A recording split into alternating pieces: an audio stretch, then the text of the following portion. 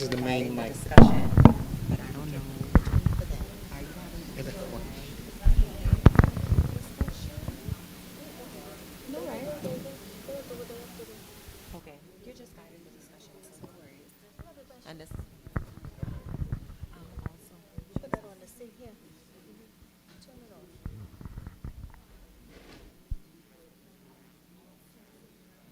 You can put that chair back too.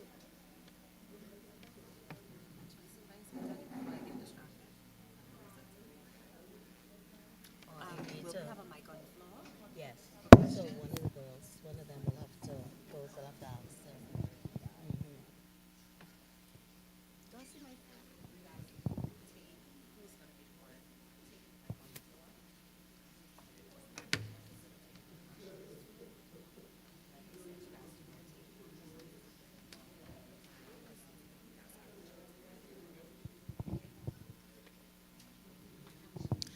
Good evening, everyone, and welcome to the launch of our pilot program, Economic Empowerment Through Agriculture, a Mary Star Berkshire partnership, along with our Eco Club, and it is facilitated by Junior Local Government. I am one of your hosts, Veronique Martin, who will be serving you tonight. Our program will not be long because we want to give you an opportunity to get as much education from a dynamic panel that will speak tonight. Very educated, very well informed, a lot of energy. Don't mind them up there. If they're there, no, they're outside, but they'll be back. But if you stand for me, please. We are a Christian school, and we give God His reverence and His due. And this program itself, I can tell you, has been nothing but God. If you bow your heads with me for a moment, in the name of the Father, and of the Son, and of the Holy Spirit. Father, we just thank you for this opportunity that you've given us. We know that you've blessed our program because you've been with us through every step.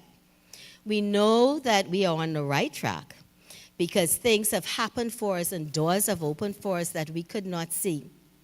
So we give you thanks tonight. We hope that all that is done and said will be done to your glory and your honor.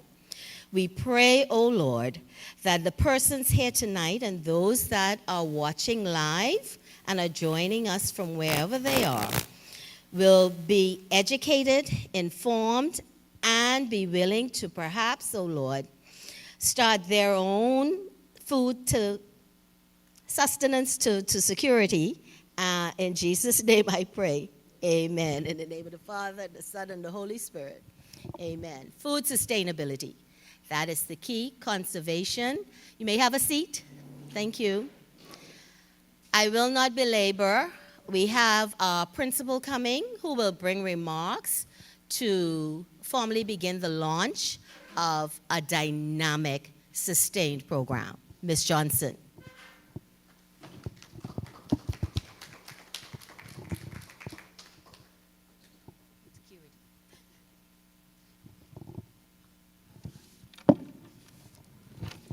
A pleasant good evening to everyone.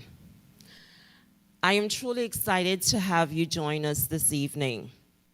I feel so fortunate to be a part of what I know will be an incredible and impactful forum in which ideas, knowledge, and expertise will be shared in very practical terms. The former president of Burkina Faso, Mr. Thomas Sankara, once famously stated that he who feeds you controls you. This statement became even more pronounced for us here on Grand Bahama following the aftermath of the devastation of Hurricane Dorian and the turmoil and uncertainties of the COVID-19 pandemic some mere 8 months later.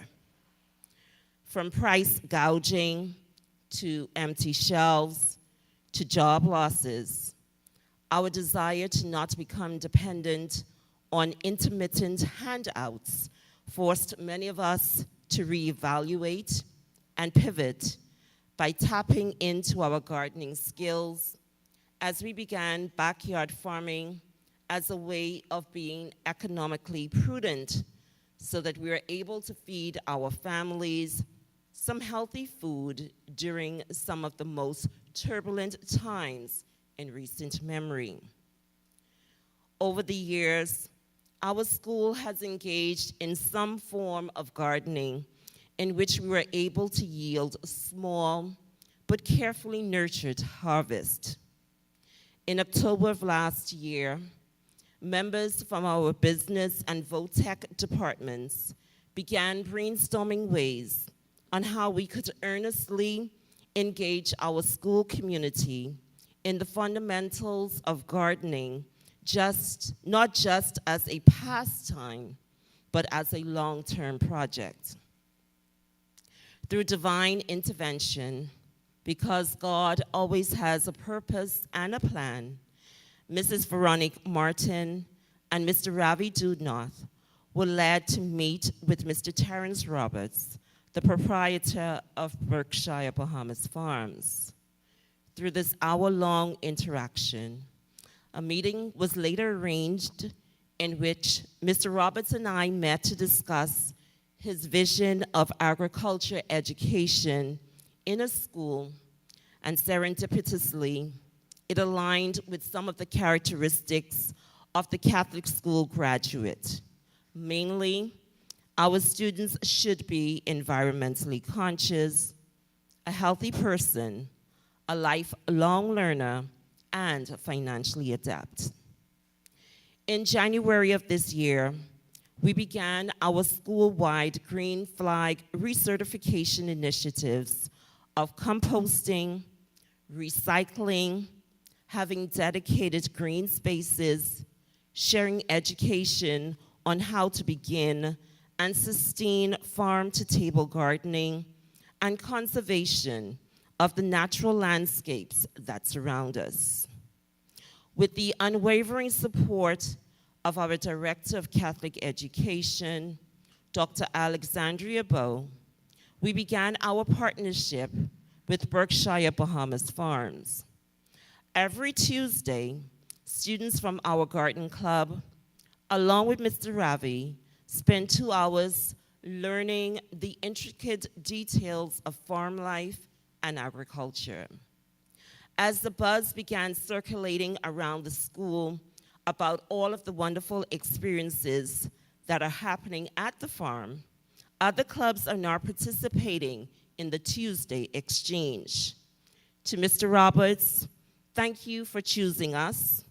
Thank you for sharing your passion and giving our students lifelong lessons. Welcome to our school family. Small areas on the campus have been assigned to grade levels to begin their gardening. From our little darlings in pre-kindergarten to our seniors in grade 12, it truly warms my heart to see how enthusiastic and engaged our students are during their breaks as they tend so lovingly to their plots of land. To witness such transformation of our students' mindsets as they eagerly but patiently await the fruits of their labor is refreshing. It is my hope that this gardening project will help them to make healthier food choices as part of their eating habits, not just for today, but for a lifetime. One of our long-term goals is to teach our students in practical terms on how to be financially adept when we eventually introduce a farmer's market in which grade levels will be able to sell their products to family, friends, and the public for a nominal fee. In this small but significant way, students will learn about profit and loss, budgeting, and other aspects of finances. One of my pet peeves is seeing trash strewn about the community. The old adage that cleanliness begins at home still holds true today. In an effort to reduce and separate our trash on the campus, 12 recycle bins were graciously donated to us by our community partners. From these compartmentalized recycling bins, we will extract food scraps, which will be used in our composting stations. The compost will eventually be used as fertilizer for our gardens, trees, and flower beds. As we guide our school community in reducing, reusing, and recycling, we will launch our No Plastics campaign on April 28th. This campaign aims to make Mary Star of the Sea Catholic Academy a plastic-free school environment by 2027. We invite all of our stakeholders to join us in this environmentally conscious initiative. Ladies and gentlemen, our farm-to-table, recycling, and composting initiatives are just the tip of the iceberg for the agriculture plans that we have with our partnership with Berkshire Bahamas Farms. We intend to be the model school for agriculture education and food sustainability. I am so proud of what we're doing. We are truly transforming mindsets in pursuit of excellence. As I prepare to conclude, I would be remiss if I did not express my immense gratitude to my teachers and students. Thank you for taking on the challenge and staying the course. Your labor is not in vain. I would like to give an extra special thank you to Mrs. Martin, who has been the driving force on this entire project. Mrs. Martin, thank you for your enthusiasm, your numerous messages and emails, your knowledge, and your daily reminders that this is your baby, Ms. Johnson. To the team members, Mr. Ravi, Mrs. Rigby, Ms. Hannah, and Mr. Wilson, you have done an incredible job of helping our teachers and students to buy into the vision of agriculture and the recertification initiatives at our school. You are leading the way in helping us to realize our goals, and for that, I am truly grateful. To Mrs. Jessica Russell, our PTA president, your quiet demeanor belies what a remarkable person you are. Thank you for all that you have done to make this Agriculture Week an educational and enjoyable success. To our garden clubs, our local junior government council, and our Eco Club members, my heart is full by your intrinsic motivation as you have galvanized your peers to participate in these initiatives. When I see young people volunteering their time and talent to elevate their school environment because they want to make a lasting impact, I know that God is in the midst of it all. Finally, this clarion call goes out to our school families and friends. We are looking for volunteers to come out and assist our students in whichever way that you can with the projects. Please do not hesitate to share your skills with us. Mary Star of the Sea Catholic Academy has entered into a promising season of incredible possibilities. I am excited to take you along on this amazing journey. I thank you for your attention. I now turn it over to our moderators. Have a great evening, everyone. Thank you. Thank you very much. Thank you, Ms. Johnson. And without further ado, I am going to call Ms. Hannah, Ms. Cami Hannah, who is coordinator for the Eco Club, as we transition now into our table talk.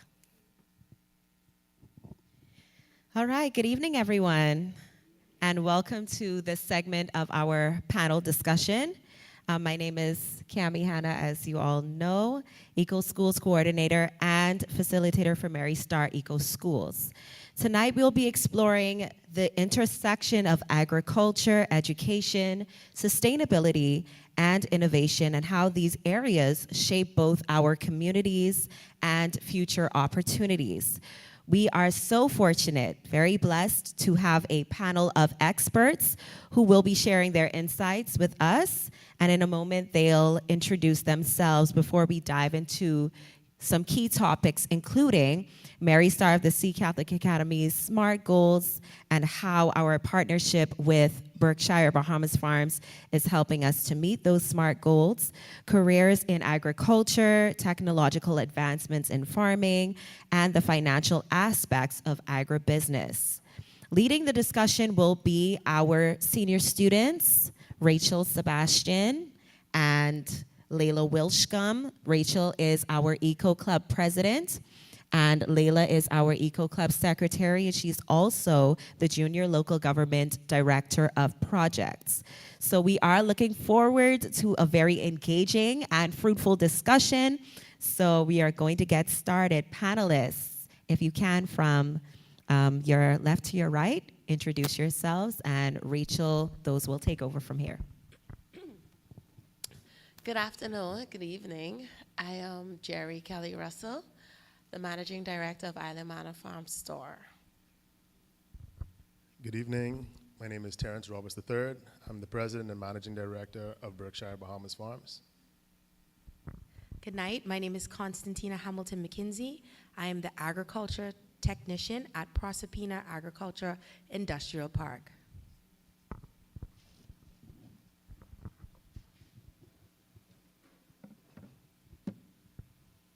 Good evening, everyone. Thank you so much for being here.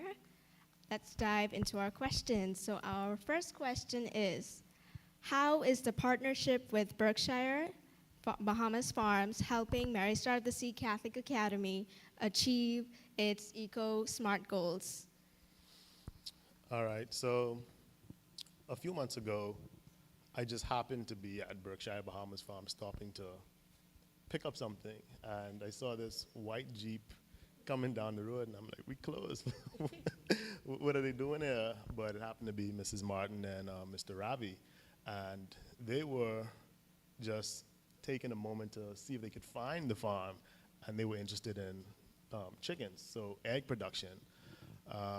So I invited them in, and we started having a conversation, and as the conversation went along, they spoke more about the school being an eco school, and it was almost like it was divine. At Berkshire Bahamas Farms, so far it's been a spiritual journey for me and my family, and what we believe are pillars to success are education, community, and the use of technology. So, I mean, my background is really in finance and computer information systems, but God had put me in this position now to be one of the leaders in agriculture in Grand Bahama. So I was already putting together a program for economic empowerment through the youth in agriculture. And when your two teachers pulled up at the farm, it was a match made. So what we believe in also aligns with you guys, with what you guys believe in. We talk about repurposing waste, even just the environment. And as we can see right now, we have all of these bushfires. That's been something that's pretty much been a pet peeve of mine as well. Since Hurricane Dorian, we would have seen so many dead pine. And we understand that those dead pine are full of oil. They ignite very easily, and they burn forever. And at Berkshire Bahamas Farms, we've been putting together a project where we would repurpose those. So we started a program before the hurricane season last year with Keep Grand Bahama Clean. And the goals of that project was to collect those, bring them down to the farm, along with some other community members, and the Bahamas National Trust, where we would mulch it. And then the eco schools would benefit from it. So the project started, but life happened. But now with Mary Star of the Sea, these are part of your SMART goals. And I think what better way than to do it with the youth, who will now be able to understand it, be energetic and enthusiastic about these projects that, if we think about it, once the youth is involved, their parents will follow and the community follows behind them. So I think we are well aligned. Good evening, audience. Good evening, panelists. What are the long-term goals for this partnership, and how do you see it evolving in the future? So this partnership is a pilot partnership with Mary Star of the Sea. Of course, we wish to get more of the youth on island and the country involved in agriculture, sustainability, renewable energy, climate change. It's all about education. We want to get the word out to the community. We want to make lifestyle changes, even what you guys are doing already with the recycle bins. How many places on island can we go and see recycle bins? That's not the norm for us. But when we travel, as soon as we get in the airport, you see the separation of waste. And for us, we want to be that change. A lot of times we wait for our regulators or anyone else in position of power to give it to us or teach us how to do it, but we can take that power, what we have ourselves, and do it along with the youth. So this is something that isn't just a project we're doing now. It's to create change for years to come. Can you share some examples of how agricultural education has positively impacted local communities?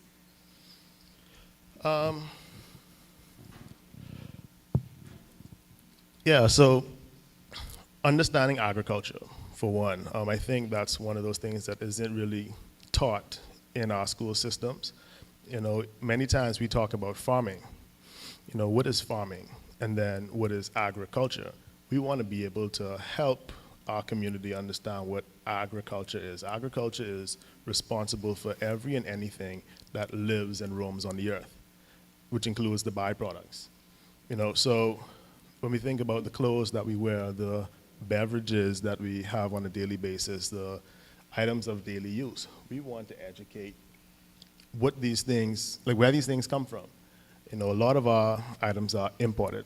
Even right now, everybody knows about this egg situation, right? And, if we continue to depend on imports, where does that put us? And if we go back and we think about what happened with Hurricane Dorian, a few months later we had COVID-19 pandemic.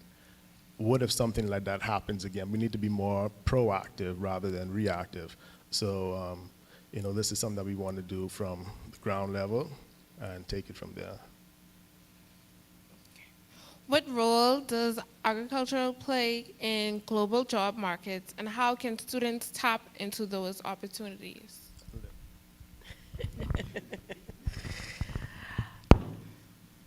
Well, I guess this spins into careers in agriculture, and before becoming the managing director of Island Manor Farm Store, before I was the policy and planning programs officer for the ministry, I worked in Rome, Italy at the United Nations Food and Agriculture Organization. And that just shows how much of an impact you can go, or career-wise, how far you can go within agriculture. So I'll take it back a bit and tell you more about myself and how I've transitioned throughout my career.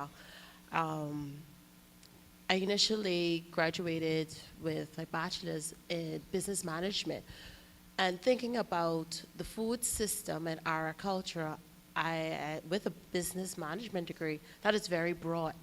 So I decided to say, okay, what it is that I truly love. And I love food and nutrition, looking at the aspect of how we can grow healthy, how we can provide for ourselves. And in that sense, my mother, she's a teacher, a professor, and she guided me in education and say, well, you have to stick within your business arena. So I thought about agriculture business. I went to University of West Indies where I re-met Constantina. We both went to Mary Star of the Sea, actually.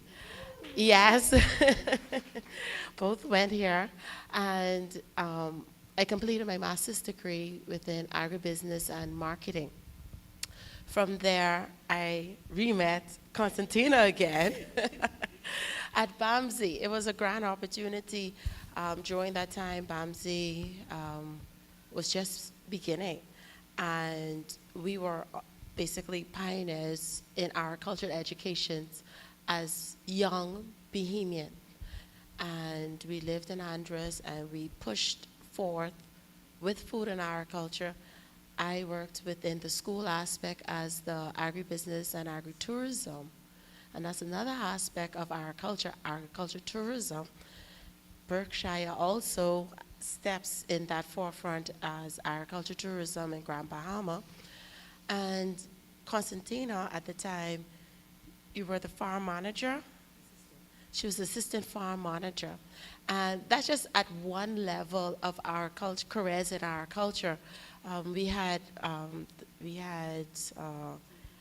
IT, tech as well, botanists, horticulturalists, veterinarians. The thought of where you can go within our culture spans far beyond just the field. Granted, at the end of the day, we all end up in the field.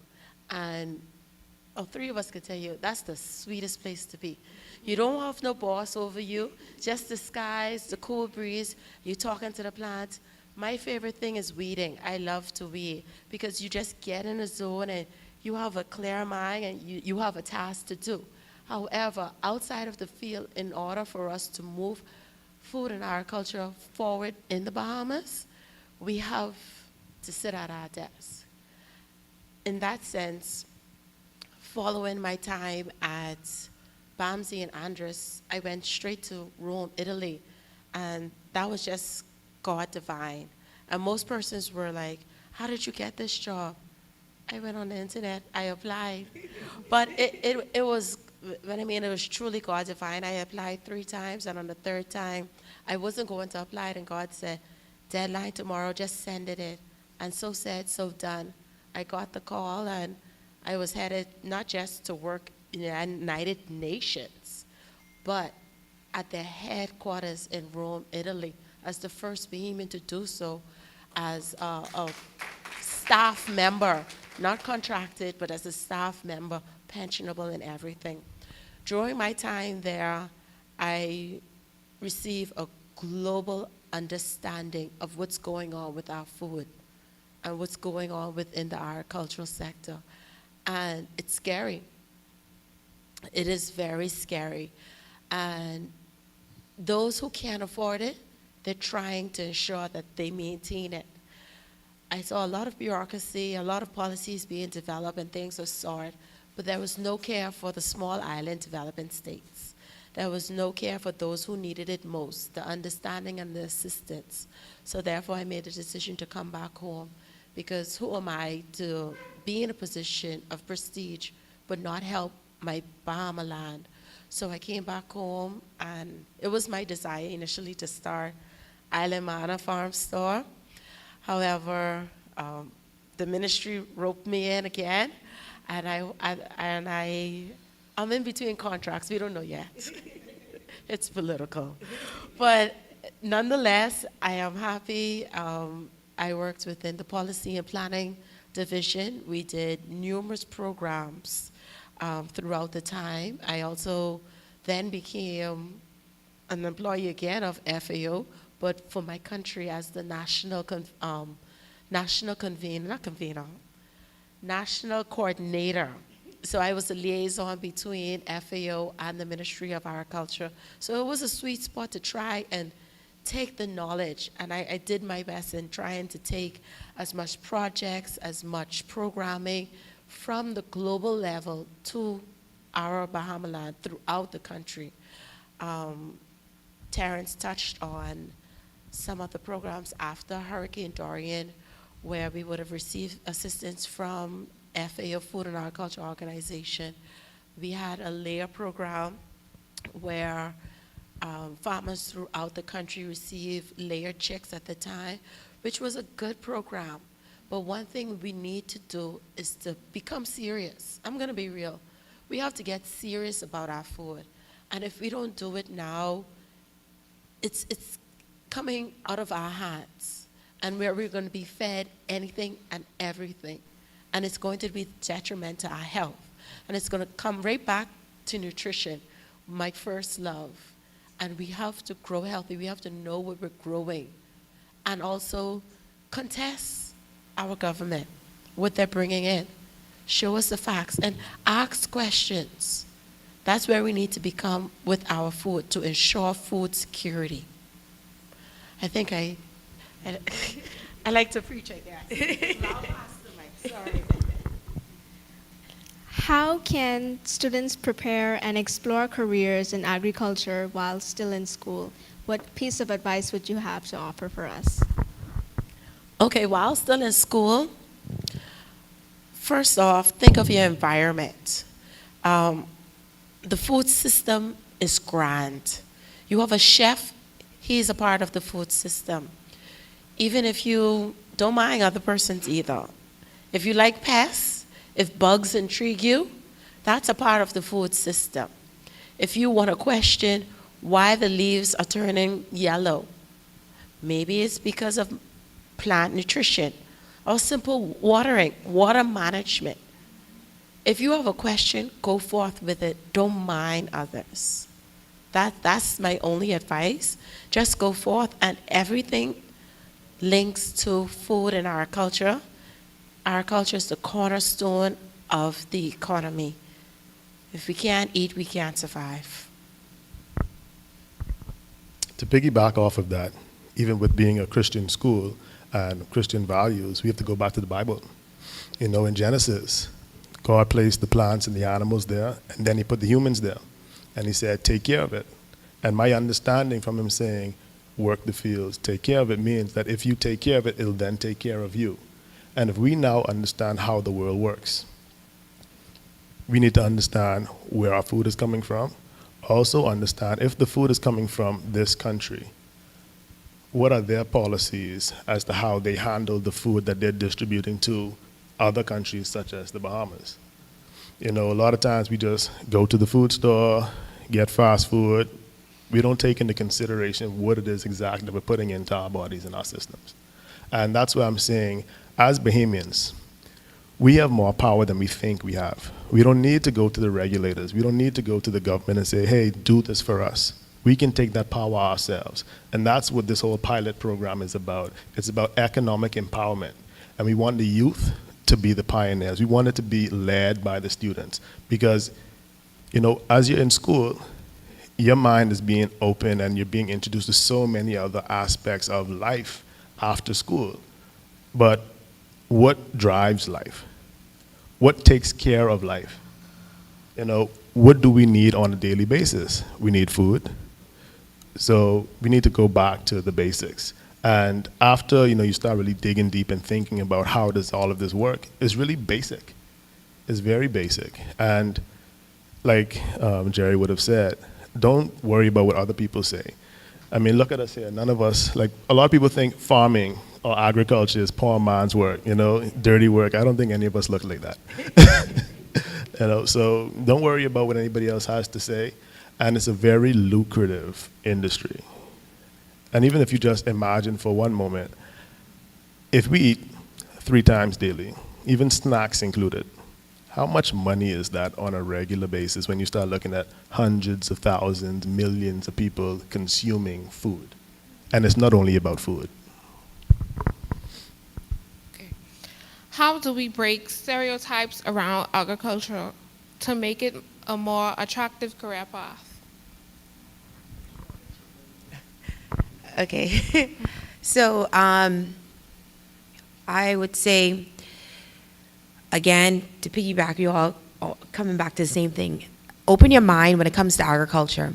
When I went to university, I originally told my parents I was going to be a veterinarian, and now I'm here. It was a little bit of a tussle, but I'm here, and I'm happier here.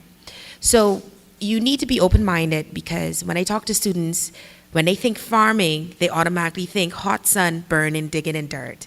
And I like to tell them about someone who went to university with me, and she has one job, and I can't even imagine, well, one day I'll make as much as her.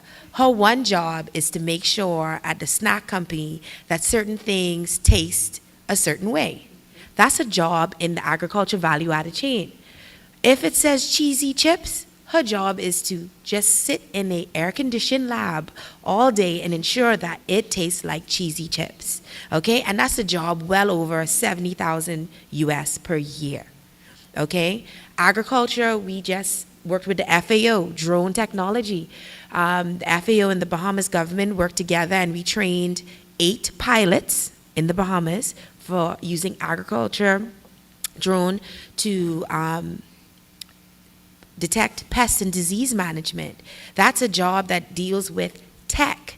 Then we also train data analysts. I'm a certified data analyst, where we take the pictures from the drone pilots, and I can tell you what's going on in less than 20 minutes on a property that's more than 10 to 15 acres, instead of having to walk it, okay? So in order for us to inspire youth to be interested, we must take them out of the stereotypes that it's a poor man's job, and out of the stereotype that it's digging in dirt, okay? That it's sweaty work. It's healthy work. 2 things. I like to tell people, what is the first currency of the world? Grains and seeds. As he said in the Bible, the first currency in exchange, even if you talk about our Awaks and Indians, they traded grains and fruits and vegetable food, okay? That's the original currency. If we take our mentality and realize how powerful food is, you have governments coming together to stopping companies from buying all the seeds in the world and owning it. Because if one company monopolizes on the seed of the world, they hold the world. That's how powerful food is.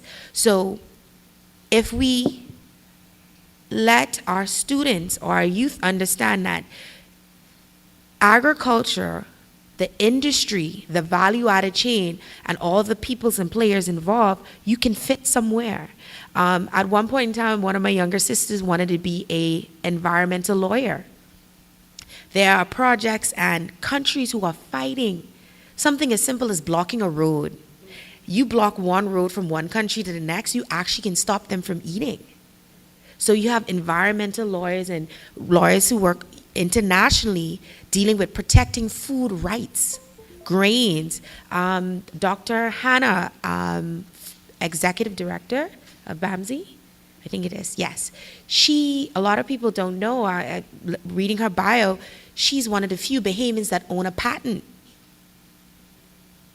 And she's in the agricultural industry, her and her company. We have Bahamians out there making strides, okay? So we need to think beyond the soil, all the food security and food safety aspects of it.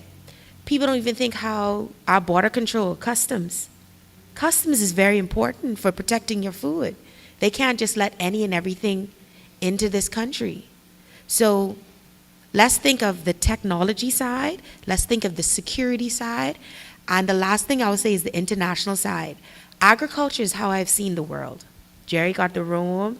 I think we've done Rome, Mexico, Thailand, Korea, all through agriculture. Yes. We have done it through agriculture. Guyana, the list can go on. and all of it, seeing the word educational wise. University of the West Indies, Prairie University, Tuskegee. I'm throwing these names because they are some schools that have Bahamian alumni where scholarships are available for Bahamians to study. UB as well, and BAMSI as well. Yeah. So agriculture could be a ticket to the world. It could be. How can schools incorporate agricultural technology into their curriculum to prepare students for the future?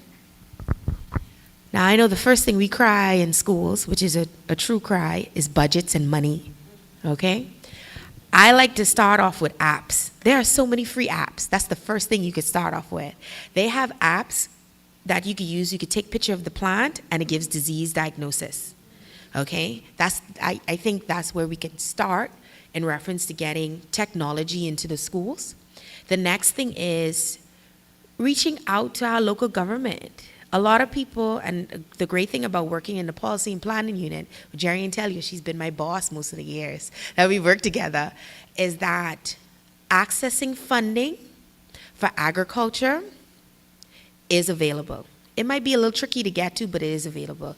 You have the SBDCs, the BDBs, the CBD, and a couple different organizations. The Bahamas don't, yeah, these are all different banks. That's why they end with Bs. And loaning institutions that they tend to, when they see schools, they tend to jump on a little faster than individuals.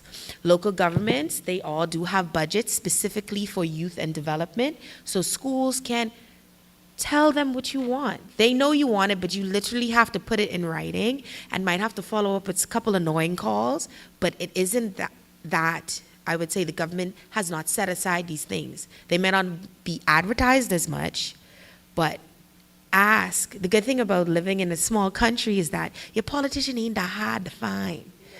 And it ain't hard to knock on his door. So if you come with a set plan and put it in front of them, our company and Jerry's company, I think for last year, we built 4 chicken coops, 4 greenhouses, put up some hydroponic systems. I got to call our company for another hydroponic system in a couple of weeks. So agencies are calling us and asking us what schools need help. But we don't know the specific ask unless you publish the ask. And then they hit us up and say, well, we have, might not be $1 million, but they have a few dollars. But we don't know unless you inform us. What common financial mistakes do people make in agriculture, and how can they be avoided? I think each of us can probably answer that. Okay, I think, because I deal with tech, I think we go big too fast. Or they saw it in Jamaica, they saw it in another country. The Bahamas is not the same north to south. The weather is different, the terrain is different, access to water is different. These are things that affect. So what you need to do is if you see something nice, first analyze if it fits here in this country. Greenhouses should never be plastic, but you wouldn't believe how many greenhouses I see that are fully plastic or glass. It's not cost effective or efficient, but it looked nice on TV and the salesperson say, buy it. So financially you get in this hole and you bought this system that you have to spend double the amount of money to make it work. So find a tech that you like, research it, and then see if it can apply here. Because not all the time, as much as I like fancy stuff, not all the time the most fancy equipment is the necessary equipment. Start small, start basic, make your mistakes on a small scale, and then as you get better and you see the technology that might resolve some issues, then you start to upgrade like that. All right, and briefly piggybacking off of what she said, in the business, and I mean, we've made some mistakes early on, and I believe one of those biggest mistakes is not being a part of a community. You know, mentorship is very important. A lot of us hear the term cooperations, cooperatives and all that, but we don't really value them. And I think that's one of those mindsets of old that we need to just discard. You know, if we're able to work together, we can do so much more. And even with that, understanding how agriculture and the food systems are here in the Bahamas, if every farmer, every agriculturalist gets together right now, we still can't probably feed one settlement. So there's no need for competition. You know, you have some farmers who, you know, don't want to share information or don't want to work with you because, oh, you're going to steal my idea or you're going to take my customers. As a testament right now at Berkshire Bahamas Farms, I would love for some other farmer to take some of our egg customers because we can't supply everybody. So we need to be able to be a part of a community of understanding, pooling resources, and learning, you know. So, you know, we would have built housing areas for our animals because one person would have said, oh, you have to do it this way. You go ahead and do it, and that didn't work out the way it was supposed to be done, or not as easy as how your system should work. So what we've done thereafter is, like Constantine said, start small. Even with your animals or plants, you want to get acclimated with it first. Have an understanding of how it works on a small scale before you go big. And it's not always about the money.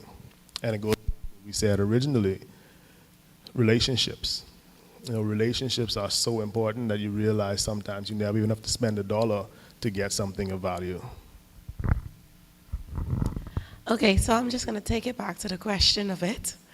A common mistake, don't complicate it. Experiment.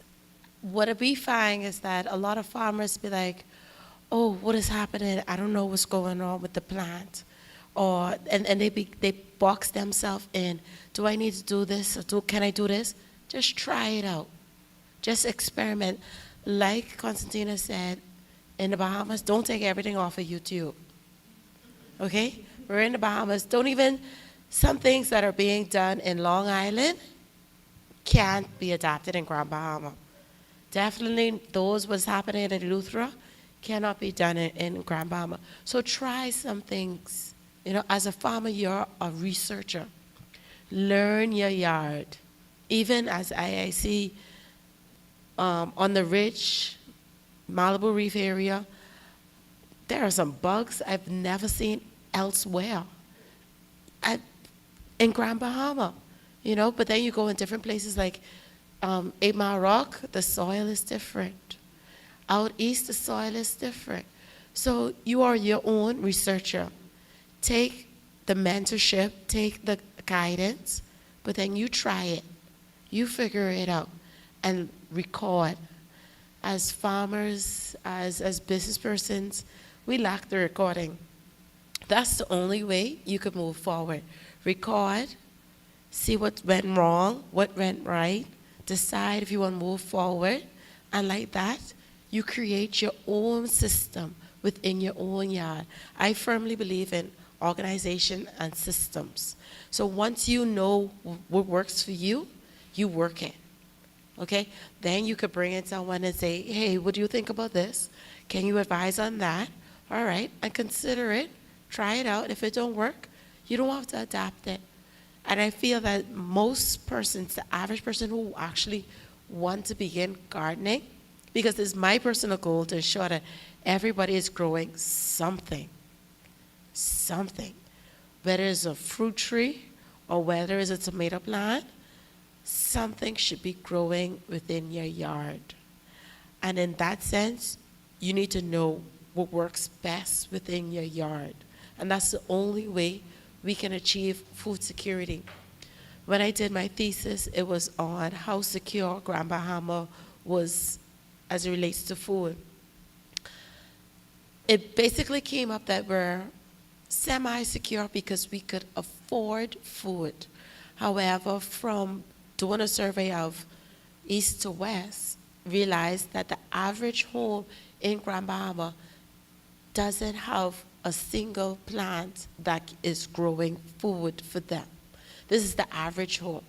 And of course, a lot of that was due to the hurricanes and the loss of native plants. But in that sense, Terrence talked about relations.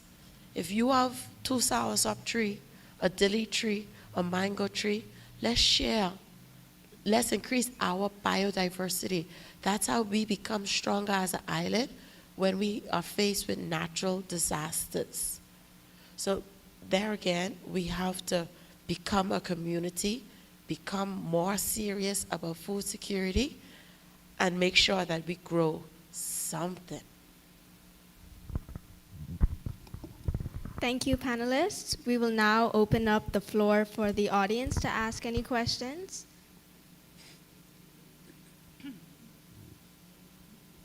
Any questions? Or comments? What y'all growing?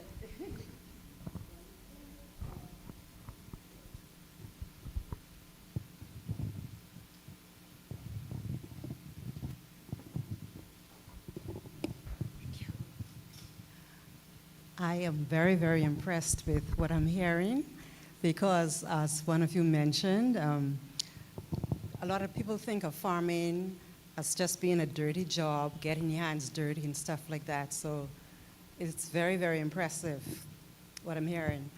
I wrote down a number of stuff because I'm getting a whole lot of information. I'm retired now and I want to farm. I'm interested in farming. And it's interesting what you mentioned about the different, even within our Grand Bahama, the land or the soil is different in each area or the different islands. I never really thought of that. I just thought, well, perhaps, well, if your area is rocky, then a lot of rock in the area, then I could see why you may not be able to farm or grow what plants or whatever. But I never thought that because of the soil, perhaps. And as you mentioned, in Malibu Reef, I think, you said you saw a lot of bugs that you didn't see in other areas. That's very interesting because I never would have thought of something like that. But I am really, really enjoying everything I'm hearing, and I'm really happy that I came out tonight. So just to add to that, even if you have rocky soils, you don't have to grow within soils. There's hydroponics. We sell a system that is a hydroponic tower. You could turn it. You don't even have to bend. We grow within a growing medium of coconut coir. Very simple, very easy, and it's cute, right? But also, some persons, I also enjoy open field farming. You could also take the approach of raised beds, and like I said, you could keep it simple. You don't have to go and look for the containerized. You could do it in blocks. You could do it in pallets. You could just form it and fill it with the soil, branches, however, I would say an average height of 10 inches is good. And you could have a nice bed, 12 by 4, and you could grow. Yeah, so if you want to grow, we'll let you know. Yeah.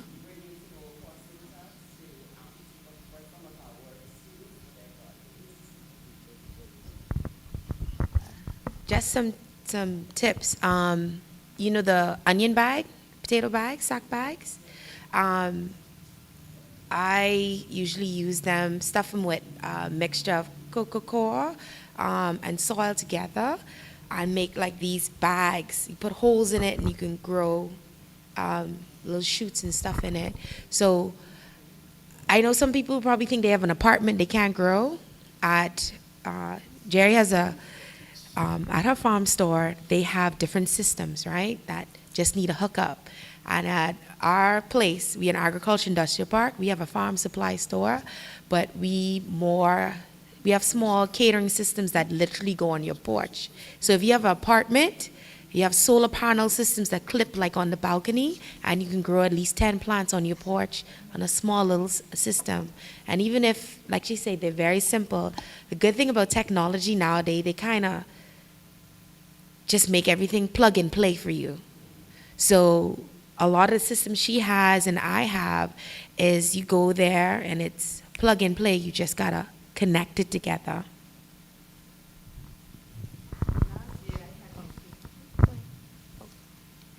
Sorry, I think she had a hand. Afternoon. What's the lady's name in the green? Jerry. Jerry? What's the name of your company again, please? Island Madam. And where is that located? On Bellevue Lane, you see the beautiful mural. Yeah, next to Jerry's out on Tropical Breeze. Oh, okay. Yeah. I ran the back there for the first time, I think a couple of weeks ago, but I didn't know what it really was. Right there. Yeah. Okay. I'm a avid farmer, and this is my neighbor. We correspond together. When he has something in his yard, he gives to me. When I have something in my yard, I give to him. Then this is my new farmer. Yeah, and then I have a couple other persons. As a matter of fact, I went with a lady yesterday. She's 83 years old. We went looking for soil, and we found some too. Mm-hmm. We have soil up by us as well. Fresh Where is soil. that? We on Grand Bahama Highway. Uh-huh. I don't know if y'all saw where they clearing land, where like they push and they starting to put beds and stuff. Oh, Grandma, I right behind him. So through that corner there is actually 3 farms going up. The one in the front there is Mr. Phillips, a really nice guy. And then there's Mr. Portier, and then I'm behind there. We're a 5-acre agriculture industrial park. So that's where it is. yeah, Oh. so through that corner there, we should be open in May. And what we do is we provide areas for you to grow. So you could go buy stuff there, and then you come to our lots. So you can get a half-acre lot, or, yeah, if you don't have a space, or a greenhouse. And it comes with power, water, and then we have a tractor. So we do the tractor services and Yeah, but you said irrigation. You said soil. Is this soil? Soil, there, you'll be able to get soil there as This well. soil is free? Because where I went yesterday it was free. I'm so sorry. Now, if you I am come so in sorry. just for a bucket, if you come Oh. just for one bucket, Okay, yeah. No, I because yeah. we I flip got soil on the buckets regular. yesterday and it was very free. Anybody want soil? The old going for the going for 8 Mile Rock. Yeah. That gas station right in the back there is heaps of soil, black, nice soil. But only one thing, you have to sieve it because they got a lot of stones. And me and an 83-year-old lady yesterday, because she loved the yard just as much as me. And I trying to keep her from going up in the rock and doing it. She, oh Lord, that was so amazing to me yesterday. But she loved the yard just as much as me. But I love farming. My only thing right now, I have chickens, but they haven't been, I know some of them are old, but I haven't been able to get any new chickens because some dogs got in my yard and they killed some of my chickens. So Mr. Roberts stuck outside, but I wanted to find him. He said he needs someone to take something off his hand. I'm right here to take it from him. Thank you. Yeah. Good evening. Good evening. Yeah, she had. I thought that was next. Yeah, go ahead. I'll be a Go young ahead. because Yes. I know you. Yeah. Good evening, all. From a child, I loved playing in the dirt. So I didn't mind getting my hands wet. I'm an educator for the past 48 years, and all I do is teach children how to survive, skills for life. I take them to my house. I have an area that I made with blocks and soil. And a few years, there were some times I was very discouraged. Sometimes the bugs ate, especially the snails, and then the aphids on my sweet peppers. So I got discouraged, and last year I did cabbages. Didn't come to fruition, but I spoke to farmers to figure out why. And one of the reasons they said was our temperature was irregular. One day it's hot, next day it's cold.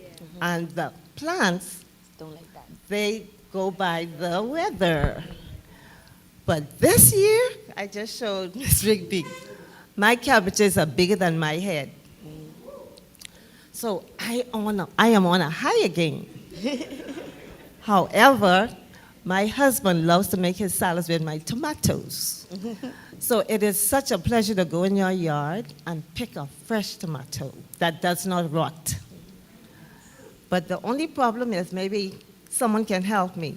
My broccoli started with a beautiful little tree, I call it, the little stub. But then after a few days, it started to flower. So the male didn't go to the female. Well, Someone told me it's something about the male and female. I probably have too many males then. no, not necessarily. With broccoli, and by the way, broccoli flowers, when you go to those expensive restaurants, they say put edible flowers. Yeah. That's one of the flowers they put in there. You kidding? The So broccoli I throw them away? Yeah. No, you can eat them. They're pretty healthy. The You broccoli, see? when you let them Ignorance. flower, they're pretty healthy. Really, really good. Well, Terry Pigs got them. Yeah, you can eat Okay, them. but what I did, I snapped it because they said, don't pull up the root. It will spring again. So they are coming up. Yeah. So I now know what to do. Well, with broccoli, that sounds, I can only assume, is a nutrition problem. So you might sometimes have a plant that's been there forever, and then when you see it's so small fruit, or it looks weak or whatnot, you need the nutrition. It's nutrition. almost like But I always tell people, look at plants like little kids. When they don't get the right vitamins and stuff, you know, they tell them they don't drink their milk, they stunt their growth. So you have a little plant, you have an old plant in a little plant body, if that makes sense. So it will flower. It's flowering because it's at the right age to flower. But you don't think you got nothing because it took too long to get the head. And then it flowers within that time that you didn't get a full, nice broccoli head. So it's usually a nutrition problem. But I put some nice manure from Berkshire. Okay, so I know behemoths have this habit. Didn't put it in properly. No, behemoths have this habit of, and I one of them. They eye big, I say, when it comes to fertilizer. They think more fertilizer is better. No, sometimes you burn them out like that. And sometimes, yeah, so I always still think of it as like a child. It's in measurement. So when they're really young, they only need a certain amount of vitamins, right? And minerals. You put too much in them to get sick. So you should, as usually a ratio you got to do when it comes to the soil content and adding fertilizer or compost. You need to add more as it gets older. Don't overstuff it when it's young. That's almost like when you pump a child full of steroids and it's just, there's such thing as too rich soil. Okay. I have one more question. I'm starting garlic for the first time, but it's so big now, but I don't see the bulb. For what? Is it under the ground or it grows at the top? For what? Garlic. Okay, so we have this thing where you have daylight, long day, and short day. When it comes to seeds, like onions and stuff like that, like that's how you get, is if they bulb or not. So you have to first figure out if it's, because you know, we long day, right? Like change. So you have plants that are affected by how long the day is, how long the sun is out. Same thing with strawberries. So you see people who have these strawberry plants forever and they never fruit. And that's because they didn't check to see if their variety is affected by the time of the year and day. So if you don't have if you have short day growing in the long part of the year when, you know, the sun takes longer, it's not gonna bulb. And garlic is in that family of onions and whatnot. So you will have the nice tops. Yeah. But if you got the wrong variety, it's not gonna bulb at the right time of the year. Same thing with strawberries. You have ever-bearing, daylight neutral, and short day. So not all vegetables are created equal, kind of thing. So you So gotta what know is it. that little bulb on the top of the shoot? It depends, and that's again, like, I don't know if, well, growing up, my grandma used to go to the store, and you know, when you get the bulb from the garlic and stuff like that, again, you're getting varieties from all over the world. So in that part of the world, it will bulb because it's in that variety. But when you bring it here, the most you're gonna get, because you're doing a shoot over, it's only be so big, and that's because that is grown for that country, and our variety is not for our country. Even now, seeds are so developed that you ever see, you get your sweet pepper and tomatoes, you dry off the seeds, you get no fruit? Because they genetically modify them that they don't get fruit. And that's so you could purposely forces farmers to have to keep buying from the supplier. This goes back to what we mentioned earlier. That's why you have people around the world stopping people from monopolizing and doing these things. Good evening. Talking about seeds, I remember back in the day, seeds were readily available here in Grand Bahama, well, not so much here in Grand Bahama. But every time I went to Nassau, I went to Porter's Key. They had a seed house there. You could have gotten all your seeds and bring it home, and they did well on Grand Bahama. I don't know what happened to that, because even there were times you couldn't get any seed in Nassau even. So I think there's a shortage of seeds known to thrive here on Grand Bahama. The second thing is weed control, all right? You know, because even with, we want to grow stuff, organic stuff. We want to eliminate the pesticide as much as possible. In fact, I don't use any. I just pray and hope the bugs don't show up. And I've been pretty good. That's been working good for me, you know? So it's the pesticide, and then there's the fertilizer, like the manure, the chicken manure, the cow, the horse, the seaweed, all this stuff, you know, Yeah. these stuff work. Yeah. But sometimes, like someone has said earlier, it's how you apply it, particularly the chicken manure, Yeah, you and could the burn 'em cow up. and the horse Yeah, manure, they strong. because they can burn up your stuff. All right. So, and then I find that what we have here is a lack of information. There's not a central place where we can go. You know, using technology, we can set up an app that behaviors could go to. Say, just your grandma, for example, and get information that can help us, because we all need basically the same information. So there needs to be a clearinghouse where we can find and we can learn the do's and the don'ts. One last thing, I grow pomegranates, right? Pomegranates, and they've been kicking my butt. I may as well tell you, the tree, it took like 1,000 years to blossom, when it did. And people tell me this is a male, this is not, this can't, whatever. And I was gonna cut it off. I started cutting limb by limb. And all of a sudden it started bearing it. Then I got some good fruit off, and then all of a sudden there's this black spot come on them. And then they're bursting on the tree, and I don't know what to do. So what I decided to do, I enclosed the roots, and I'm feeding them natural,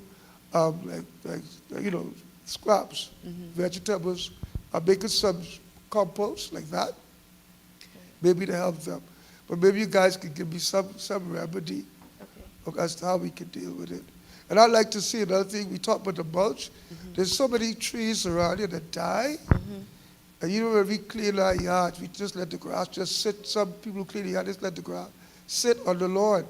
I think that could be a lucrative business for somebody, because everybody needs mulch. Okay?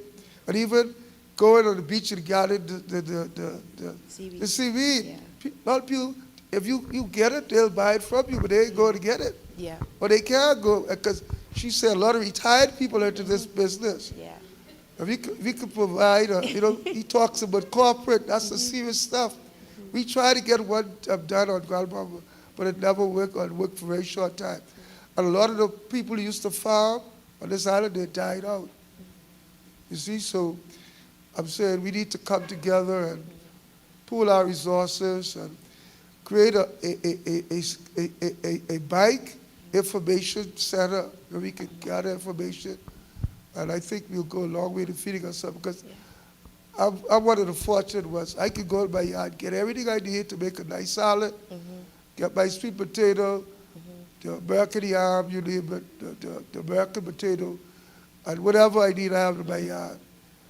Okay? And because my mother, God rest her soul, she says, Paul, if you want your plants to grow, like she said, talk to them and they'll grow.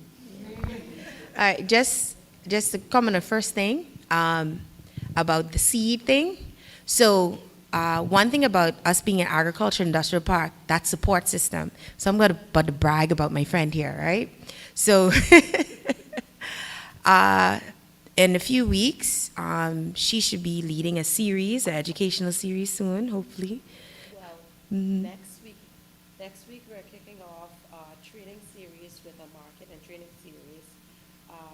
It's a one-time market, but we want to begin the training part. We're looking at small training sessions on hydroponic, raising layer chickens, as well as Nutrition. raised bed Yeah. So just a teaser, and then following that, we'll begin a series of trainings into the summer. Yeah. Now, when you were speaking about seeds and variety, so before Dorian, one of the things we did at our company, we spent over $13,000 just on testing over 45 seeds. So currently, Proserpina has the largest inventory in the Bahamas of seed varieties that are tested to grow specifically in the Bahamas. So when we open, and you come to the store, there's going to be a big wall there of about 42 varieties. And the good thing about in our store is, take your time. There's plenty posters. There are posters of each variety that we carry, and each poster says how to plant, how to sow. We have a poster that also says friendly companions, who like to be with each other, who don't like to be with each other. So also cool crop and on warm crops seasons. Because when you come into our store, we want you to have the information. Don't just buy and be confused. So in reference to the seeds and whatnot, in a few weeks, you'll be straight. Yeah, the 22nd of May, that's when we open. And then the next thing is, when you're talking about diseases and whatnot, again, the series of what Jerry, and then at our place, the Agriculture Industrial Park, anyone who leases or rents with us, we are a community, okay? So regularly, you will be giving biohazard training. That's a part of the lease that you come there, and we have an app. So the app that is there, each farmer has a farmer log, and what it does, it calculates your cost of production. So every time you do something, you access the app, you put in, I spray that day, I put in this that day, and then it keeps you up with your activities, because record keeping is a problem. People don't keep up with the activities, so I cannot say the reason why the plants are dying is because of this if I didn't record what we did the day before. So technology, I love technology, but simple technology is there. So when you think of my company or the company I'm a part of, think if you come there, stay there a while, because there's plenty information to get, plenty access to tech. So when we do open, we plan on having a educational series where every month you come to the store and we actually pull a product off the shelf and we give an example. So we have automatic transplanters where you take the bulb and it plants it in instead of you bending over. So we do demonstrations. So we don't want you to come there and say, oh, this is cool, but I don't know what to do with it. And then also partnering with Berkshire Farms, because we've had discussions, and Jerry have discussions that we're going to be running a lot of series over the next year at different places or at our places where we want you guys to come and understand how to grow, what to grow, and how something as simple as, I know you always get the soil off the side of the road, but sometimes nowadays it's a little dangerous because there's sediments in some parts of the soil. We've been a part of some studies in Grand Bahama, as clean as it is compared to Nassau. There's a lot of sediments in it that I know you think you're growing organically, but there's some things going on that you might not be aware of, but we have the knowledge, and we are here to share the knowledge. Yeah, good afternoon, Mr. Marul. I student of the school, graduated 1990. So I just say that, you know what I mean? And it's my teacher there from Sunland. So history, yeah. But I got into farming a while back, and like Jerry said, weeding is my favorite, because a student from Mary Star, they was doing a class and they wanted to do a survey on backyard farming. And she said, Mr. Rule, what stuff can I get from farming, and how can it help me? I said, farming is more like a stress relief. Like if you were feeling stressed out, you could go in the yard and you could start weeding, and by the time you come back out, you wouldn't feel stress, or you wouldn't remember what you was talking about. And he said, yes, Mr. Reese. Mr. Rule, you sure? I said, you try it. If you get upset, really upset, go outside and wait for an hour or two and come back and tell me we feel the same way. So it was helpful knowing that I got my knowledge from a lot of people who did backyard farmers, and like the gentleman was saying, most of our information and most of our knowledge come from talking to other Bahamians. Mr. Knowles, he passed away, he used to sell plants. That's when I started to get my first set of plants and stuff. And unfortunately, all the plants I collected from him, I used to live over the bridge. When the water came over the roof, before the storm, I was prepping, I dig up my plants and put them in pots to try save them and put them high. But the salt water still carried most of the plants. You talk about pomegranate. I got pomegranate from a friend of mine, Tori. He used to live over the bridge. And for some reason, he couldn't get his own to bear. But mine's bear. At the first time, it was young and bear, and it dropped the fruit at the first time. And afterward, it was just shooting off plants, and I was able to get it from it. A lot of plants don't like any treatment at all. They just like to be left alone. They grow wild. You don't need to water them. You don't need to fertilize them or anything. They just need just to grow. I experienced that with a lot of plants. A lady, I have some soursop in my yard, And she said, Mr. Roll, I say, man, the leaves dropping off and it looked really bad. She said, put your water in. This is the time after the storm. A lot of salt was inside the water and the chemical was inside the water. Yep. So she said, stop watering it, just use the rainwater. And I used the rainwater, and then that was it. I began some big service off it, sharing it with other people. And I like to share our plants because when my plant die, and I need to find out if I go to the store and buy the plant back, I go back to the same person I'll give the plant to, and I get a plant from them or a leaf from them and regrow it again. So that's how you save money, by sharing the plants to other people. So, yeah, so that, yeah, so I just wanted to ask y'all, what are some of the rare sort of plants? Because I like to grow rare stuff. I grow all kinds, sweet potato, carrots. I like seasonings. I like bay leaf, thyme, all spice. I grow all the stuff. I don't have to go to the store to buy any spice when it comes to cooking. Anything in my thing, I grab all the spices from my yard and cook. And you know, I was talking to you about the chicken, so I really trying to expand. But what are some of the rare plants you ever see? You know, I had peaches and all kinds of stuff growing. I would say Rema Bamsi when we to get all them peach and pear and nah, this is the thing, right? I tell people just because it could grow here don't mean it makes sense. Okay, again, like I was mentioning about, and this is because the general public, because I study it, peaches, right? Their blossoms are sensitive to weather, okay?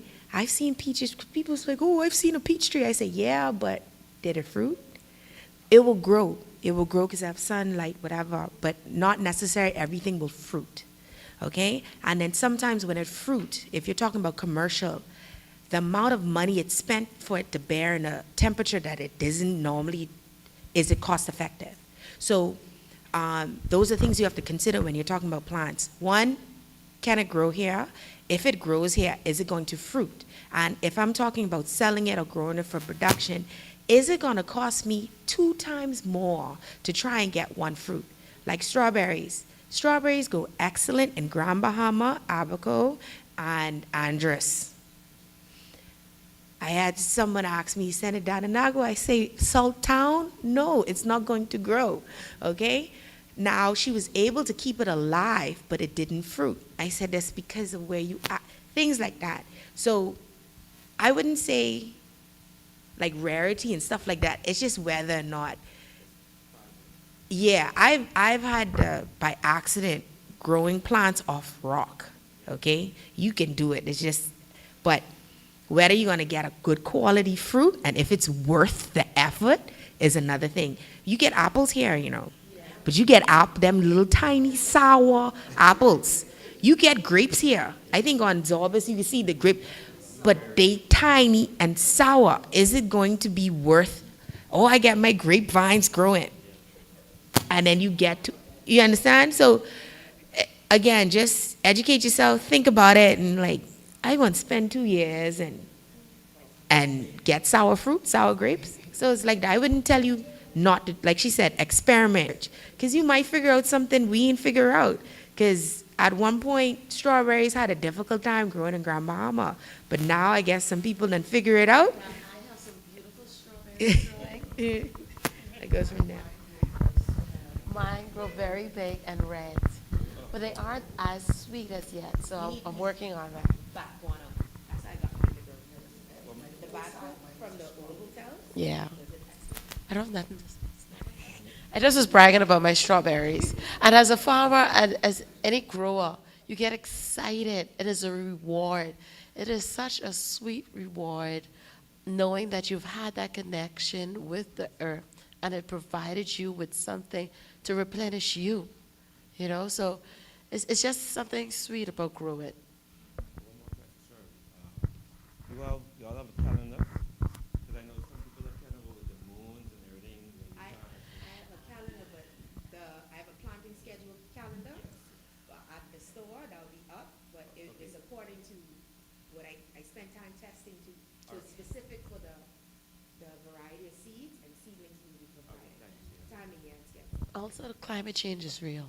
It is real. So, and certain things you just cannot predict anymore. You just gotta try and just gotta do it. And here in the Bahamas, this thing called a hardiness zone, we are in hardy zone 9 and 10.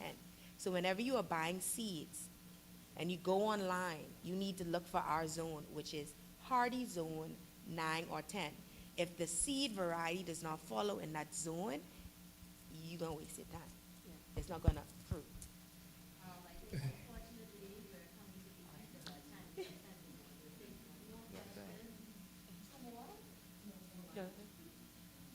Go ahead.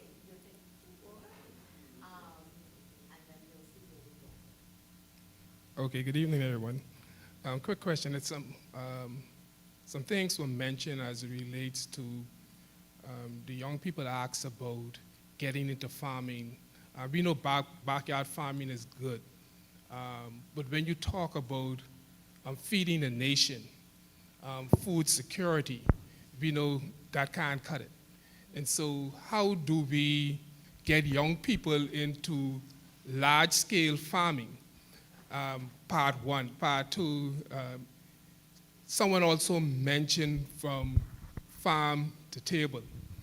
When you talk about from farm to table, two things. How do you measure sustainability? And then how do you measure traceability? Because one of the things is when you try to export now, especially in the European market, and the US will soon come on board, I suspect, with these regulations that they have to know, when you talk about from food to table, they have to know all the steps that transpire in those areas. So a major move is not large-scale production. Globally, they're moving more towards small-scale family farmers. Over the past decade, you have a decade of family farmers. That's the focus, where you focus on different, in Bamsey we tried it as satellite farms. I know Terrence, he talked about his company is Berkshire Bahamas Farms, whereas there is the hope for different egg producers elsewhere within the island and then within the nation practicing these sustainable practices. So that's how we move to farm to table sustainably, encouraging our small scale farmers. So if you produce some, Tina produce some, Terrence produce some, then we're able to feed ourselves. Because when we get in the trap of large production, that's large capital. And then we have a shift in the economy, and we are very sensitive to the government. The shift in the government political parties, once we have that shift, an investment could drop. The support could drop. So we shifted away from large production, looking at small scale. We're a small island developing country. So that's our first step, ensuring that your island could feed itself. The second step is changing our diets. Once we change our diets to adapt to the different seasons, then we'll be able to feed ourselves. We can't think that we could consume, dragon fruit oil or soursop oil. Just how we enjoy our mangoes in the summer, we'll enjoy our papayas another time, or avocado later on in the fall. And that's just, we have to eat seasonally. We have to learn how to preserve our foods in different ways. So even though we're going fast and we're becoming more modern with technology, we still have to take a step back with our practices. So we should shun almost large production, but encourage small producers. And we see it in the sense of, even with the egg production, okay?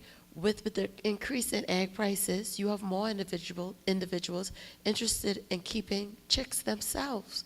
And like that, we're becoming more independent. We're becoming more stronger. And we have a voice to say, you know what? I'm not going to buy the $5 or the $3 eggs. I'm going to still buy my cotton from Terrence. Even as simple as this morning, I was lazy, or sometimes Terrence was sold out, I couldn't find. I had to get $20 dozen egg. We just only ate egg once a week, right? And then I was able to get a carton on Saturday at the market. And when he had his egg sandwiches, one, he said, boy, these eggs big, eh? And I was like, yeah, we grown up here. And that's what we have to focus on. Because if Terrence has his own, and he have different Berkshires elsewhere, we can feed ourselves. That's one way. Traceability. That's just a simple matter of tracking and recording and being transparent. So once we're able to get that to our farmers, and we have persons like Constantine or like Terrence, myself, who could go to the field and could say, okay, Dee, don't do that. Do it like this. This is according to this good agricultural practice, okay? When you buying your lettuce, do it as such as that, and you make a note, and you track that, and when you provide it to the consumer, they're able to trace that. We want to shorten our gap. We're not thinking about export. We need to move away from that. Let's think about how we could export to Exuma. Let's improve our local logistics for food. Just to get food from Andres, I'm on edge because they put it in a freezer. They put in celery in the freezer. No, the freezers aren't tempered. You know, the fridge, the cooling system. Let's ensure that our archipelago is linked. Okay? We have 1 billion. How many tourists came to us? We need to export. They're coming to us. Let's feed them. Let's demand the hotels to buy from our small family farmers. That's the point we need to get, not a large production. So that's my stance. And to add to that, based on what we've been doing, what I would like before everybody leaves, if we could have a sheet of paper or something to get some of the contacts from those in the room, because we talk a lot about cooperatives and working together, but we have to actually start that community of working together. So when we talk about, let's say, for example, right now with egg production, you might have one other farmer on island who's producing eggs on a large scale, but all of his eggs go to Nassau to one of the hotels, all right? So if we had, let's just say, for example, 10 more farms on the island, it can be more so based on quota. So one hotel might need 10 cases per week. I might only be able to provide 5, but if you could provide 2, you could provide half. We work together. But that's that mindset we have to get out of, oh, it's mine. I need to make all this money for me. And yes, a lot of people are thinking export, but why would we think about taking care of another country when ours isn't taken care of first? So working together to be more sustainable at home, and then, you know, like we say, tourism is our #1 industry. That's another conversation, but just understanding how important tourism is to the Bahamas when you add the agriculture to it, when we talk about farm-to-table experiences. And it's just about creating experiences with what you have in nature. You know, we look at Carnival coming now in June. There's so many different types of experiences that can be created with food. You know, we think of, oh, there's not much to do here on Grand Bahama. Let's create it. You know, if you have something happening at your place, or even like we've created the farmer's market at our location, we realized that I've done it a few times. I went sit out to the lawn, the Princess Lawn, or go to the other farmers markets, and it costs to go there. So you sit there for a few hours, and you're not sure what you're going to sell. I remember I got so excited at this one market. I took a pig there, and in 30 minutes, I sold all of that pork. Or the next week, and they took 2 pigs. I made $12. So it's understanding who the market is too. So if these same people are coming to the same market, this is what they bought last week, they're not going to do it again this week. So what we decided to do, we created that experience at our location, and we made it free to all vendors because we realized we are already paying for this lot. If we allow the community to come and use what we have, it's more about relationships now. So if Island Manor comes and they're selling their product, people are coming to Island Manor, but now they're benefiting from that. Then you have 7 or 10 other vendors, and it's just the network. So it's all about community, and I think that's the mindset that we have to focus on. So I'm going to be a little controversial to my counterpart, right? Yeah, and I'm going to make it quick. I'm an agriculture industrial park, so our focus is a little more commercial. I agree a lot of what they said in reference to food security by smaller areas, and that's because when a hurricane hits, just like our chicken, that was our industry because it was in one place. So we're a franchise model. So our model is we have a crop model, a livestock model, and a medicinal marijuana model. So what happens is you can come to Proserpina and purchase the model. So you can go to Long Island, whatever the island is, and create an agriculture industrial park, which is the community to help small farmers commercialize. Hence, we have a program specifically for women where you can come to an agricultural accelerator. So when you lease a lot, you don't just come there and you grow. You grow with us. We do all the economics with you, how to do cost of production, how to grow. And if you grow at our property, you carry our stamp. We are following something called the Codex Alimentarius, which is the international regulation standards for production in the world, okay? Codex Alimentarius is what everyone has to follow. So if you come by us as a starting farmer, we go through biohazard protocols, we go through all these things because you go into our system to filter out as a commercial farmer. I agree everything what they say, but our focus is commercialization, and with the aspect of Bahamians commercializing to eventually get there. There has to be a middle step, like she said. We ain't got our system right first.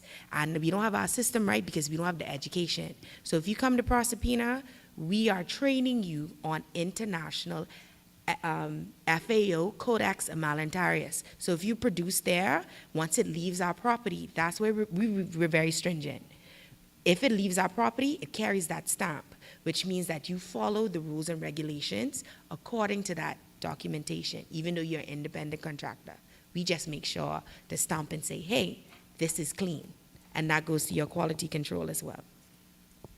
Thank you. Thank you. And before I thank our panel and all of you, I have a confession, an apology to make to my team, to our panelists. Due to technical difficulties, we were not able to upload the information, and it was a lot of information. But just know that it will be on our Mary Star of the Sea Catholic Academy webpage. Tonight's proceedings, I think, are on YouTube, which will be posted as well. And I think we are live, or we will be recorded on Facebook for 30 days, I think it is, Mr. Rendon. And after 30 days, they take it down. So if you go to our page, our Facebook page, you should be able to save the video. But what we'll try and do is upload the videos. They have some awesome videos, a lot of information. And I think all of you can agree, I told you they were good. And trust me, that's only the tip of the iceberg. They can talk to you for hours, and it'll be something new. Oh, here we go. We got some. Okay. So we got some of it up, but you can go to those pages, and we're going to put all of the information up. They are our partners, if I do say so myself. The information I'm sure that you got, I'm hoping, has been helpful. You can reach out to them. They're very friendly. And they're very forthcoming with information. They are educators in their own right. And they are interested in us becoming, growing our own food and depending on what we grow and not depending on what someone else can give us or someone else can do for us. And that is what we're hoping to achieve through our program here at Mary Star of the Sea Catholic Academy. And I think because we were on the right track, God was in it. I think that's why we've been so successful. And I can say that with all confidence that we are successful in what we are trying to do here, or what we are doing here. We're growing exponentially.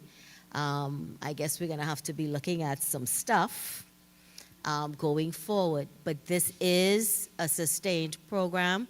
I may not be here because I'm closer to that over-the-hill age than some of the others, but our program includes mentorship. That's all right. It's the truth. It includes mentorship. So there should always be someone who you mentor to take over from you. We should never be afraid of passing the baton, but we pass the baton to someone who is qualified to carry it on and do the same. If you look at our clubs, I could speak for junior local government, which is really not a club, but the youth arm of local government. Mentorship is a big thing for us. We pull those little ones when they want to run around and play and say, come watch, go do this and do that, and we show them. But education is a big part. So, sir, when you were talking about food sustainability, I can assure you, if you saw our little darlings in their gardens, I'm sure if you came here one day, and I invite you to come and have a talk with one of them, they can explain to you why that plant is doing what it's doing and how it got there, because they watched it from a seed grow in their classroom. And then they went outside and they dug in that dirt. Soil, sorry, I do apologize. Because we don't have dirt, we have soil. I have to be politically correct. So they dug in that soil, and gladly, and they were learning and listening, and they can tell you the how, the what, the where, and the why, I assure you. And they could even tell you about the bugs, and they could tell you about the different types of growing, and that is what we do from K4 straight on up to grade 12. So, and we invite the parents, we invite the grandparents. We'd love to have those of you who are retired. We can always use manpower. So know that you are welcome. And I just want to take a moment to thank our panelists, and I'll invite, we just got just a little something. We still trying to get there. But we just wanted to give you a little something to show our appreciation. And we hope that it's something that you can enjoy.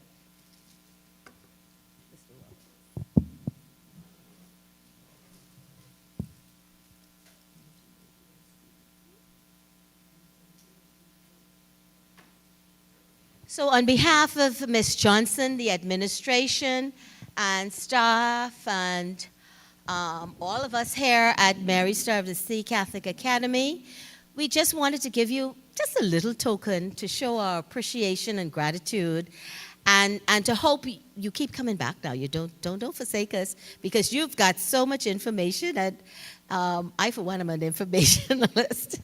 So I want my kids to get as much as they can get. And a special thanks, nothing to you ladies, but Mr. Roberts is. And actually, Mr. Roberts helped in creating the model that we have and that we are following. So he is our direct partner in creating what we are doing here at Mary Star of the Sea Catholic Academy. So thank you so much. And I hope it brings you some enjoyment. I hope there's something, if not you, but your little darlings at home can probably enjoy. And thank you, thank you, thank you. And if you agree and you like this type of thing, perhaps we too can have a series of forums going forward as we go along and we partner with you, the public. So thank you, thank you, thank you.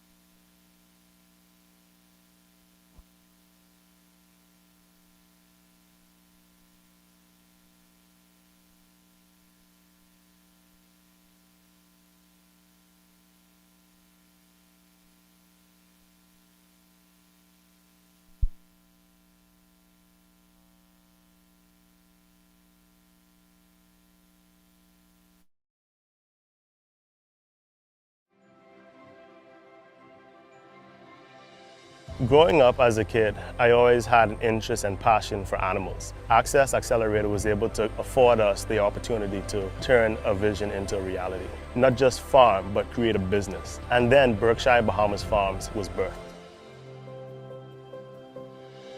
So the Berkshire, they're black pigs with upright ears, and they have like white socks on their feet. So we'll have two different types of products. We'll have the full breed Berkshires, and then we'll also have the crossbred. And of course, the Berkshires will have a higher price tag on it. And animals are feelings too. We have a philosophy of happy until harvest. Outside of the pigs for pork, the chickens for eggs, we also have a community aspect where people can come out, do farm tours throughout the week. Schools, they bring the students out, they can learn about where their food comes from. One of the main customers of ours is Flying Fish Gastro Bar.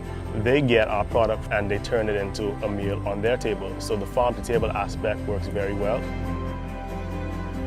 Working with Access Accelerator has been a blessing. After Hurricane Dorian and being in the middle of COVID-19, we were able to add funding for construction to build our pen that we have, purchased a lot of property that we're using. We were able to source a farm truck and tools with the training that we're able to use to better our finances and business plan. So the overall goal for Berkshire Bahamas Farms is to, one, be able to feed our people and to inspire others to understand that let's be able to source our own food.